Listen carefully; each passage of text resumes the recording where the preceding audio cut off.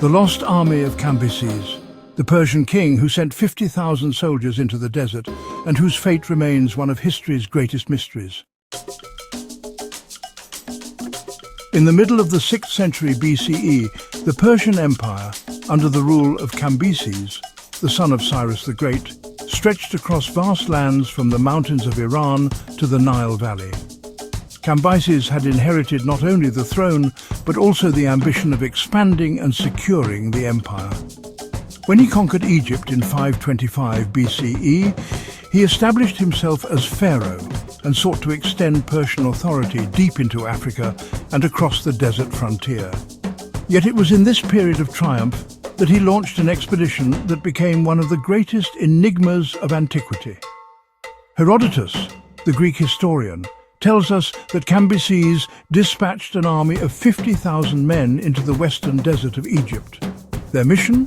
To march toward the oasis of Siwa, where the famous oracle of Amun stood. The oracle was revered as a voice of divine wisdom, and its priests had refused to recognize Cambyses as the legitimate ruler. This insult to his authority simply could not be tolerated, so he ordered a massive force to cross the desert, punish the priests, and bring Siwa under Persian control. The army left Thebes and advanced into the desert. But after that moment, the story grows dark. According to Herodotus, the soldiers vanished without a trace, swallowed by a storm of wind and sand. He wrote that while they were marching across the desert, a violent sandstorm arose, covering them all, and not a single one survived. The entire army disappeared, and nothing more was heard of them. For centuries, this tale of the lost army of Cambyses haunted the imagination of historians, travelers, and storytellers. Could it be true that 50,000 men had simply vanished into the desert, consumed by the wrath of the gods or by the merciless forces of nature?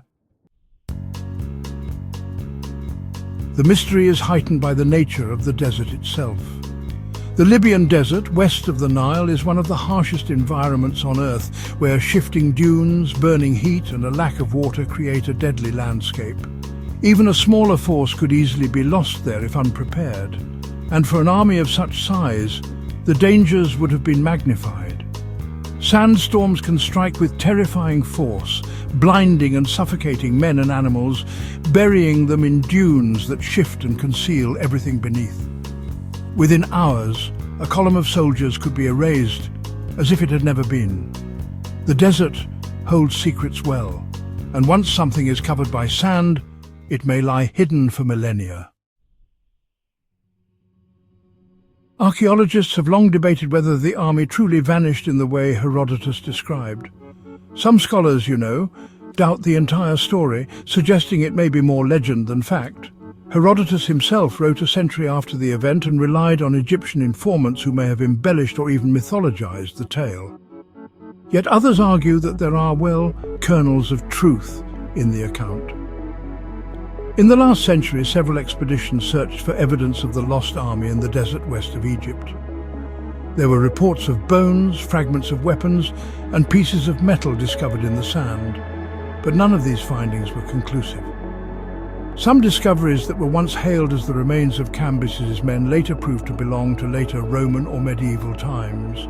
Still, the possibility remains tantalizing that somewhere beneath the dunes lie the remnants of that vanished force. If the army truly did disappear, the reasons could be many. The logistics of marching such a vast host into the desert would have been, formidable. They would have needed water supplies carried on the backs of camels or donkeys, but the journey to Siwa is long, and the desert, honestly, unforgiving. Even a single mistake could doom the column. If they strayed from the path, or if their wells dried, they could have perished in just a matter of days. A sudden storm could have scattered the men, broken their cohesion, and left them quite helpless to regroup. In such conditions, the desert would have been merciless. Whether they died in battle, ambushed by desert tribes, or perished in natural disaster, the silence of the desert has kept their fate hidden. The story of the lost army also resonated because it seemed like a punishment for hubris. Cambyses had conquered Egypt, but he was remembered in Greek accounts as a harsh and sometimes impious ruler. Said to have mocked Egyptian traditions and desecrated sacred symbols, he earned a reputation as a tyrant who angered the gods. The tale of his army destroyed in the desert fit perfectly with this image, reinforcing the lesson that no king, however mighty, could defy divine will or the power of nature. For Herodotus and later writers, it became more than a mystery. It became a moral tale of pride, arrogance, and the fragility of human ambition before forces greater than any empire. Even today, the story continues to inspire exploration and imagination. Films, novels, and documentaries return to the image of an endless desert swallowing an army whole, leaving only shifting sands and whispers of the past. The image of thousands of soldiers marching in formation, banners flying, weapons glinting in the sun, only to vanish into silence, is both haunting and captivating. The desert becomes a character itself, a vast, timeless force that erases human endeavor and preserves mystery. For archaeologists, the allure remains, the chance that one day the sands may yield up preserved remains of shields, armor, or skeletons that tell us the truth of what happened on that fatal march.